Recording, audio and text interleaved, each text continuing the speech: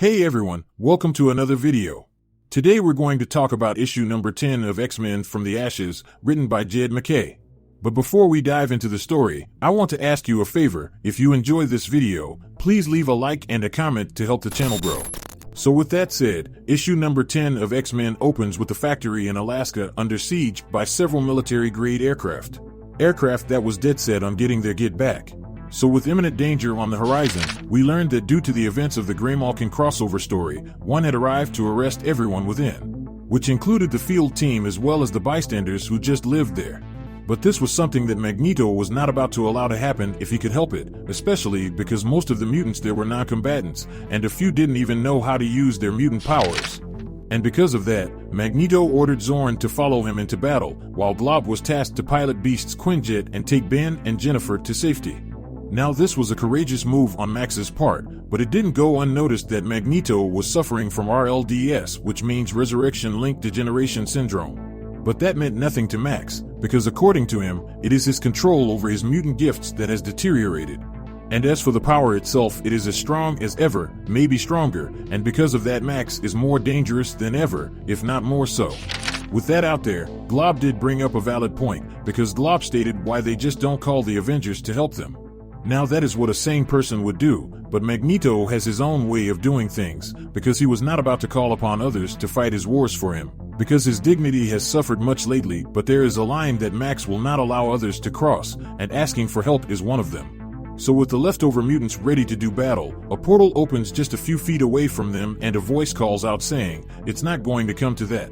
Because out of the portal walked the field team and Scott saying they were back and instantly asked Zorn to aid Beast. And as for Magneto, Scott told him that he doesn't have permission to die yet. So with an all-out battle off the table, Max asked Scott if he had a plan.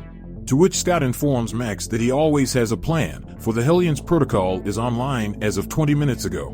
With everything set, Cyclops informed the agents outside of his base that he is speaking for the X-Men and he wants to talk to Agent Lundquist. Now at first, Lundquist stated that this is a trick, because Scott may just say that he provoked him just as soon as he set foot in the factory's territory. Which was nonsense to Scott because at this point they were already far past provoking, so Lundquist had nothing to lose by coming in for a chat. Following that, we fast forward to the kitchen with Scott drinking a beer as Lundquist enters the room with Glob escorting him, and with open arms the agent asks if he is ready to surrender. And in the same tone, Scott replied by saying, "For what? Did they hurt them or anyone they know?" Now this caused Lundquist to bring up that he knows that the X-Men attacked Graymalkin prison with a gunship and hurt a whole lot of people. So with that said, Scott went on to say August 2nd, 2002. And from that, Lundquist just disregarded his statement and said, "Does that supposed to mean something to him?" And that was when Scott continued to say, that was the day the American Service Members Protection Act was signed into law, which is informally known as the Hague's Invasion Act. Now this act gave the president the power to use, and he quotes, "all means necessary and appropriate to bring about the release of any U.S. or allied personnel being detained or imprisoned by, on behalf of, or at the request of the International Criminal Court." Which is just an elaborate threat that translates into, if you take one of ours, regardless of the reason, we're going to come and take them back. And just as Scott is saying that, we see Locus, Phantom X, King Bedlam, Jesse Bedlam, and Boom Boom arriving in the middle of one server facility in Chicago, Illinois. And as they made their way through the base and took everyone out before them, Scott continued to ask if Agent Lundquist if he was a Shakespeare guy. And quickly took it back, because Scott was already aware of the answer, and doubled down and stated that Beast was. And when they were kids, Scott used to pull pranks on him every now and then. But at the end of the day, Beast would always get back at them. In fact, he would not just get back at them, but outdo them and then quote Shakespeare at them when he was done. So on the next page, Scott took a page out of Beast's playbook and quoted some Shakespeare of his own and said, "The villainy you teach me I will execute, and it shall go hard, but I will better the instruction." Now this angered Lundquist because he had no idea what he was talking about. So Scott reiterated and stated that Lundquist wasn't listening. The attack on Graymalkin taught them villainy by taking one of theirs, so they took him back. Now this really pissed Lundquist off, because he shouted that Scott is not the US government and he can't act as if he were. And in a boss move, Scott replied by saying, "Said who?" and then continued to say, "Now one has made the mistake by coming for all of them." Now following that, we jump back over to this invading Shrike team at one server facility in Chicago, as we see King tell Boom Boom and Jesse to burn everything down because they have a schedule to keep. which was exactly what they did. Now at this moment we have no idea what this attack was about, but later on we will get more information about it. But anyway, getting back to Scott's chat with Lundquist, we pick back up with the agent saying they got the X-Men dead to rights, and they have nothing left in the tank after what they did at Graymalkin. Now casually Scott took another sip of his beer and replied with, maybe, but they don't have any superhumans with them. And then continued to say, tell me, what did the Avengers say when your superiors asked them for help on this up? And just to drive the point home, Scott stated, we are in a state of Cold War, Lundquist and I and the powers we represent. I don't want to go against the government, but you've come to arrest all of us on behalf of Graymalkin, a private entity. An entity that you afford outrageous latitude to because they've taken the Charles problem off the government's hands, so that has to be paid for.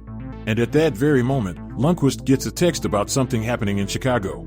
Something we saw playing out with the Shrike team, a Shrike team that works for Scott, because in his own words, they pulled a knife, so he pulled a gun in return.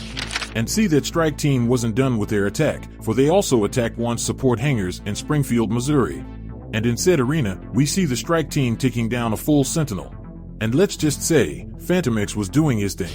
And when the job was done, King announced that the facility had been sufficiently neutered, and the humans would be sending support troops, and their contract with Cyclops stipulates no killing. For this Shrike team was none other than the New Hellions. Now following that, we then jump back to Agent Lundquist freaking out about the server facility being burnt down in Chicago. And in the same casual tone, Scott replied with, so you've heard about Chicago, just wait until you hear about Springfield. Now this prompted Lundquist to accuse Scott of sending his team out while they was talking. But that was when Scott replied by saying, nope, his whole team is here at the facility. And then said, any difficulties that one might be having certainly have nothing to do with the X-Men. Then Scott went on to say that he told Lundquist that he was past being provoked. None of his people will be killed, but the destruction of material will be astronomical. I am making a point, and my agents will continue to make a point until you and your men have left Alaska. Every minute you stay here, more of one's operating budget is being eaten up with repair and resupply. More of one's capability to operate effectively will be eliminated. This is what it looks like when you push me. And Cyclops wasn't lying at all, for on the next page, we see the Hellions jumping from one's watch station in Boulder, Colorado to one's comms hub in Abilene, Texas, and finally, one's archives in New Jersey just leaving mayhem in their wake. Because Cyclops wasn't playing when he made that quote saying, the villainy you teach me I will execute. And it shall go hard, but I will better the instruction. Now with that said, Agent Lundquist shouted for Scott to call them off, to which Scott replied by saying he is fighting for a place in the world, for his species. Now this wasn't good enough for the agent, because he then shouted that Cyclops had declared war. But again Cyclops had to correct him by saying he didn't think the agent was hearing him, because Cyclops reiterated that this isn't war, or at least a hot one at any rate. And then Scott told Lundquist to remember the acronym MAD. Now, MAD means mutually assured destruction. And then said that's what it means if the X-Men and federal government ever goes to war, real war. Let me spell it out for you.